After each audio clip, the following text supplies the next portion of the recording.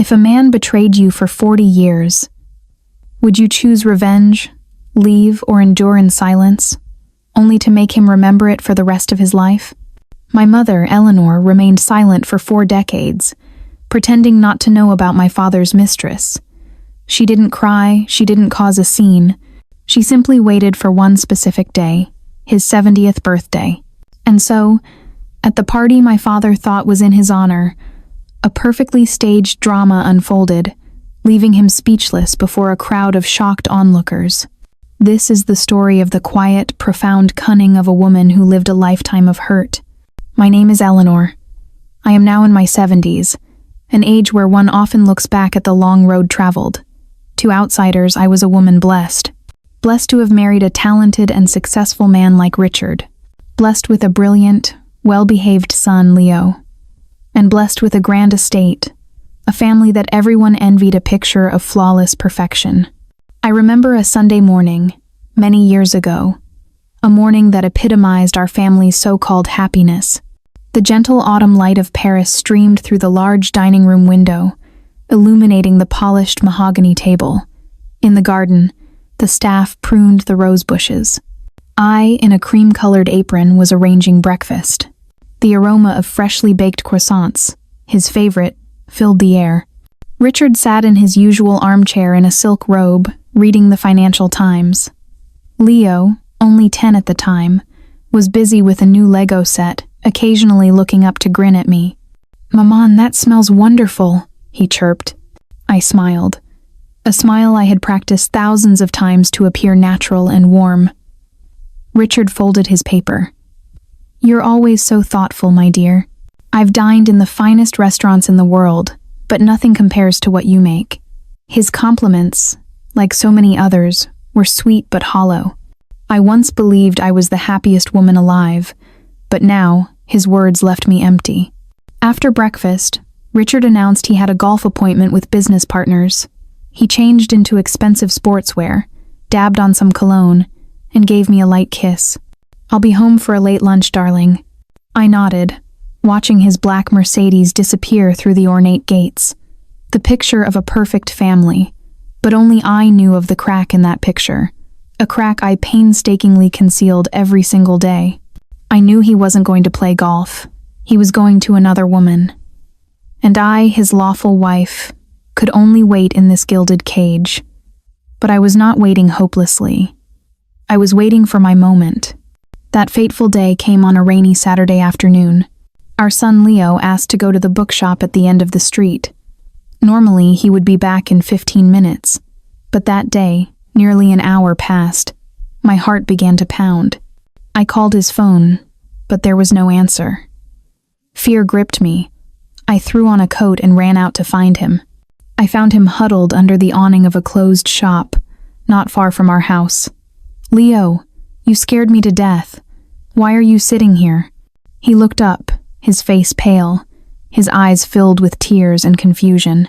He didn't speak, just buried his face in my coat and sobbed.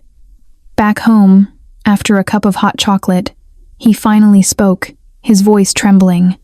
"Maman, I saw Papa." My heart clenched. "Where did you see him, darling?" "In a small lane near the bookshop. I saw his car. I was about to call out to him, but he was hugging a lady." "He kissed her, Maman. That lady wasn't you. Why would Papa hug someone else? Doesn't he love us anymore?" Each word was a needle piercing my heart. So, the truth I had long suspected was now laid bare before my innocent child. I had seen the signs for years, the sudden business trips, the hushed late-night calls, the scent of unfamiliar perfume on his shirts. But I had lied to myself, telling myself I was being too sensitive. I held Leo tightly, swallowing the tears that threatened to fall. I had to be strong for him. "Listen to me, Leo. Papa still loves us very much. Grown-up matters are sometimes very complicated. Promise me, what you saw today, you will only tell me. No one else. Not even Papa. Promise me." He nodded numbly. I knew this shock would leave a deep scar on his young soul. That night, as my husband slept soundly in the next room, perhaps dreaming of his other woman, the perfect family portrait shattered completely. From its fragments, a different woman within me began to awaken. After that day, Leo became quiet and withdrawn. He avoided his father whenever he could. Richard, absorbed in his work and his other life, noticed nothing. Seeing my son's silent suffering, I knew I couldn't let him carry this burden alone. One evening, I sat with him. "Leo, are you still upset about what you saw?" He burst into tears. "Maman, I hate him. Why would he do that to you? You're so good to him." I let him cry. When he had calmed, I spoke with a strange serenity. "Leo, my son, thank you for worrying about me. But there's something you need to know. I've known about your father for a long time." He stared at me, astonished. "You knew? Why didn't you say anything? Why are you still so kind to him?" "Because I am your mother," I said softly. "I couldn't let you lose a father, or let this family fall apart so easily. Sometimes, waiting is not cowardice. It's about finding the best way to protect what is most important. And to me, you are the most important thing in the world." I looked him straight in the eye. "I promise you, I will not let anyone hurt us, but I need time, and I need you to stand with me, to trust me. Can you do that?" He looked at me for a long moment, then nodded firmly. "I trust you, Maman. I'll wait with you." In that moment, my son grew up. His trust gave me infinite strength. I was no longer alone. I had an ally. That night, a plan began to form in my mind. A meticulous, long-term plan that would require immense patience and courage. "Richard, you have underestimated the wife who has shared your bed for all these years. I will not simply divorce you. That would be too easy a gift for you and your mistress. I will wait. I will prepare. And I will take back everything that belongs to me and my son with interest." My secret alliance with Leo was liberating. I no longer had to wear the suffocating mask of happiness in front of him. After he was asleep, I sat in the silent living room, in the very armchair Richard favored, and calmly reviewed my life. I had given up a promising career after graduating with honors in economics to be a full-time wife and mother. I sacrificed my youth and intellect to be the foundation for Richard's success. I was wrong to think it was a worthy sacrifice. Tears were useless. It was time for action. I took out a notebook and began to outline my plan. An immediate divorce was out of the question. All our assets, the house, the company were in his name. I would be left with scraps after a humiliating legal battle. My plan had two main objectives. First, financial independence. I had to build my own fortune. Second, revenge. A sweet, fitting revenge. I wanted Richard to know the feeling of losing everything, of being betrayed by the one he trusted most. To achieve the first goal, I had to learn. I was so far removed from the world of business. I would start reading, taking online courses, and secretly saving a portion of the generous household allowance Richard gave me. For the second goal, I needed irrefutable proof of his affair with his assistant, Clara. And most importantly, I needed to understand his company, Sterling Corp., from the inside out. I needed to find its weaknesses, and I needed to acquire a stake in it. The next morning, when Richard returned home, I greeted him with the same gentle smile. He had no idea that the docile wife he knew had died the night before. A new woman stood in her place, one who was just beginning a war she was determined to win. While my home remained a stage for domestic tranquility, my real life began when Richard and Leo were away. The grand house became my university. I immersed myself in economics, finance, and investment strategies. Numbers and charts, once dry and boring, became a fascinating new language. I secretly photographed every company document Richard brought home, financial reports, business plans, contracts, and stored them securely. The monthly household allowance became my seed capital, meticulously managed and deposited into a secret bank account. Leo was my silent supporter. He would quietly bring me a blanket when I fell asleep at my desk, or a glass of juice, saying, "You're working so hard, Maman." His quiet encouragement was my greatest motivation. Still, living a lie was draining. Some nights, when Richard came home reeking of another woman's perfume, I wanted to scream. But the thought of my plan, of my son, gave me the strength to endure. My silence was not submission. It was the patience of a predator stalking its prey. Years passed. 10 years. Long enough for a boy to become a young man, and for a quiet plan to grow into a formidable force. On the surface, I remained the perfect corporate wife. But beneath the surface, I was a different person. Pain had forged me into someone new, calm, sharp, and resolute. My self-education was relentless. I revisited my old university textbooks and enrolled in advanced online courses in stock market analysis and marketing. It was difficult at first, retraining a mind accustomed to domestic life. But with determination, I began to understand the language of numbers and market trends. With my savings, I opened a brokerage account. My first trade was terrifying, but the small profit it yielded was the most meaningful money I had ever earned. It was proof that I could stand on my own. I diversified, learning about real estate, gold, and currencies. There were losses, but each mistake was a lesson learned. Beyond finance, I cultivated myself. I took up yoga and joined an art club, expanding my social circle. I learned to dress elegantly, not as Richard's wife, but as myself. This journey didn't just bring me knowledge and money, it restored my self-worth. I was no longer a shadow. I was building a foundation, and I knew the day I would turn the tables was drawing near. I knew knowledge alone wasn't enough. I needed allies. I began to attend a women's investment club. At first, I felt out of place, a homemaker among powerful CEOs. But it was there I met Helen, a successful restaurateur in her 60s, sharp and kind. She saw something in me. Over coffee, I shared my desire for independence, without revealing the whole story.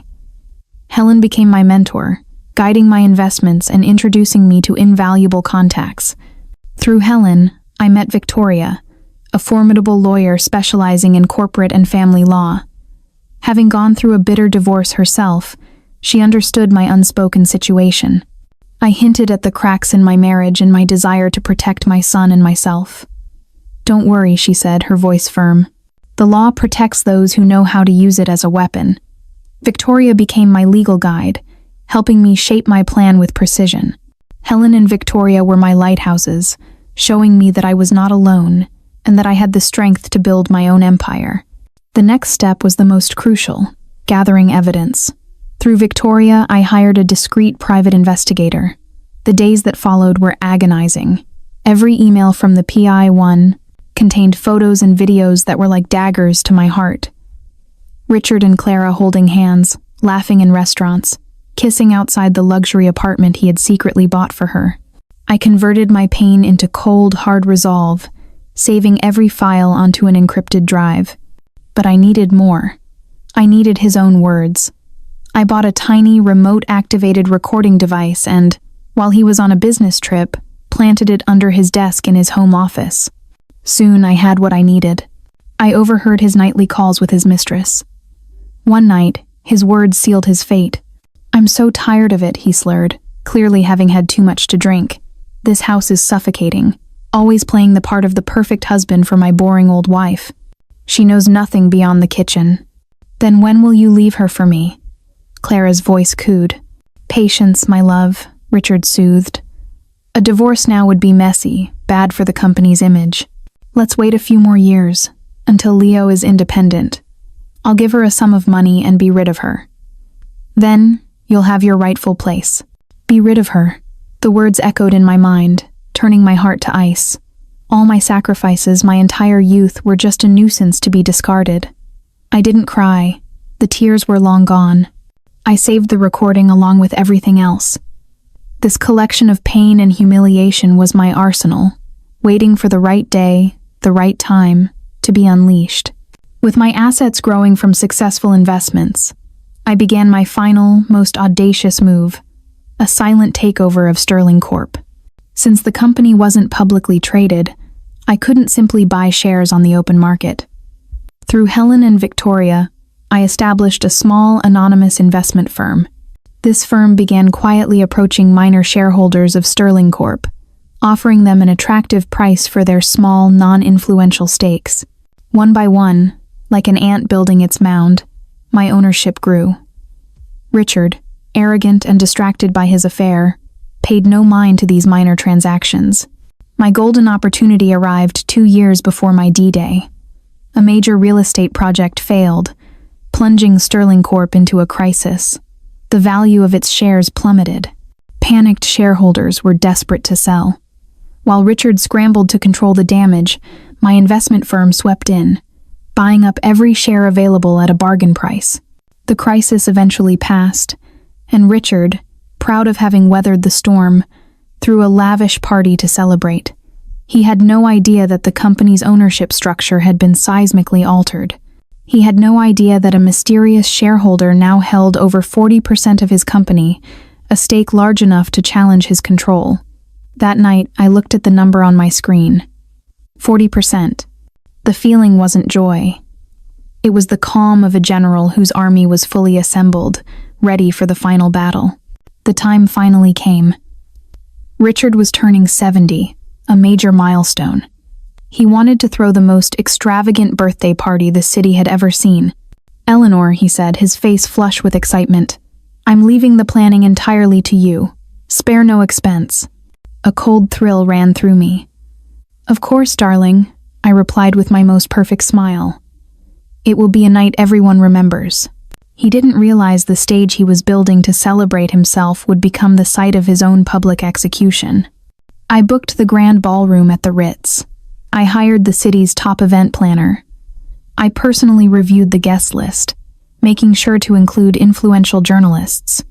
Richard, seeing me so busy, was pleased, thinking I was trying to honor his legacy. His mistress, Clara, would occasionally call with saccharine offers to help, clearly trying to assert her future position. I politely declined. The stage was set. The net was cast. In the final days, I prepared my special gift. With the help of a discreet film editor recommended by Victoria, I created a 15-minute video. It began with a sentimental montage. Our wedding photos, videos of Leo as a baby, the early days of the company, all set to romantic music. Then, the music would abruptly stop. The screen would go black. And then, a crystal-clear image of Richard and Clara in a passionate embrace would appear. It would be followed by a relentless series of photos and videos of their affair, intercut with subtitles of his recorded words, "My boring old wife, be rid of her." The final, devastating blow was a hidden camera recording from Clara's apartment, in which Richard boasted about embezzling company funds to support her lavish lifestyle. It was a masterpiece of destruction. The small USB drive in my hand held the power of an atomic bomb. The night of the party at the Ritz was a symphony of wealth and power. I stood by Richard's side in a custom-made emerald velvet gown, smiling graciously. He was the king of his world, basking in the admiration of his court. Clara was there, of course, circling him in a revealing red dress, shooting me triumphant, challenging glances. I simply smiled back. After the opening speeches, the MC announced that I had a special surprise. In honor of her husband, Mrs. Eleanor Sterling has prepared a meaningful video to celebrate his life. All eyes turned to the massive screen. The video started as planned, with the nostalgic family memories. Richard smiled, pleased. Then, sudden silence. The screen went black. A collective gasp went through the room as the first picture of Richard and Clara appeared. The video played on. A brutal, undeniable cascade of his betrayal. His cruel words echoed through the ballroom's sound system. The room fell into a dead silence. Richard stood on the stage, frozen, his face drained of all color. Clara tried to shrink into the crowd. The final clip, his confession of embezzlement, caused the business partners and shareholders in the room to look at him with fury and contempt. The video ended with a single line on the screen. "Happy birthday, my love." The lights came up. Chaos erupted. I calmly walked onto the stage and took a microphone. I looked at the trembling man who was my husband. My voice was clear and steady. "Ladies and gentlemen, my apologies for the interruption. I believe at 70, my husband deserves a gift that truly summarizes his career and his character." I turned to him, my eyes like ice. "Richard, your performance is over," he stammered, trying to deny it. "She's insane. It's all fake." She's trying to ruin me." But no one believed him. Just then, Victoria, my lawyer, walked onto the stage holding a thick file. "Good evening. I am Victoria Price, legal counsel for Mrs. Eleanor Sterling. This afternoon we filed for divorce. All the evidence you have just seen has been submitted to the court. Furthermore, based on evidence of embezzlement from Sterling Corp., we have filed a report with the authorities and have successfully petitioned the court to freeze all of Mr. Richard Sterling's personal assets pending investigation. Asset freeze. That was the final blow. Honor, family, career, and now money all gone in one night." He looked at me, his eyes pleading. "Eleanor, please, forgive me." "Forgive you?" I said, my voice devoid of emotion. "Did you think of forgiveness when you betrayed me for decades? It's too late." I turned my back on him and walked off the stage with Victoria and Leo, who had quietly come to my side. As we left the ballroom, we heard a loud thud. Richard had collapsed. In the weeks that followed, Sterling Corp was on the verge of collapse. An emergency board meeting was called. I walked in, flanked by Helen and Victoria, dressed in a powerful white suit. The room was filled with hostile, confused old men who had only ever known me as Richard's quiet wife. Victoria made the announcement. "Ladies and gentlemen, allow me to introduce the company's largest shareholder. The investment firm Vanguard Holdings, which controls 42% of Sterling Corp., is owned and represented by..." She gestured to me. I stood up to face the stunned silence. "Good morning, gentlemen. Today, I am not here as Richard's wife. I am here as Eleanor Sterling, the chairwoman of Vanguard Holdings, and your new majority shareholder. I didn't dwell on the past. I presented a detailed, brilliant plan to save the company, a plan I had prepared for years with my son and a team of experts. The board, seeing their last hope, was stunned into submission. That day, Richard was voted out, and I was voted in as the new chairwoman of Sterling Corp. The battle was over. I had won back not just my assets, but my life. The following years were a difficult but rewarding fight to rebuild the company. I worked tirelessly, earning the respect of my colleagues and competitors. Sterling Corp not only survived but thrived under my leadership, becoming a model of transparency and success. But my greatest victory was finding a new purpose. I started a charitable foundation, the Sunrise Foundation, dedicated to funding the education of underprivileged girls. Seeing their lives change, seeing them get the chance to build their own futures, brought me a joy more profound than any revenge. My life is peaceful now. Leo, now the CEO of Sterling Corp., is a wonderful husband and father, having broken the cycle of his own father's failings. Helen and Victoria are my dearest friends. I live in a smaller house with a large garden, filled with flowers and the laughter of my grandchildren. I sometimes hear news of Richard. He lives alone, a broken man consumed by regret. I no longer feel hatred, only a distant pity. Forgiveness wasn't for him. It was for me, to set my own soul free. Today, my foundation celebrated its 10th anniversary. That once shy girl from the countryside is now a teacher, here to thank me. My son Leo gave a speech. "My mother taught me," he said, his eyes finding mine, "that no matter how dark the night, with patience and a strong heart, you can always find your own sunrise. She is my Sunday." Tears of happiness streamed down my face. Later, we all took a photograph in the garden. My friends, my son, his family, my grandchildren. I stood in the center, smiling, bathed in the warm, golden light. I had once thought my life was a long, dark winter, but I endured. I waited. And finally, I had found my Sunday,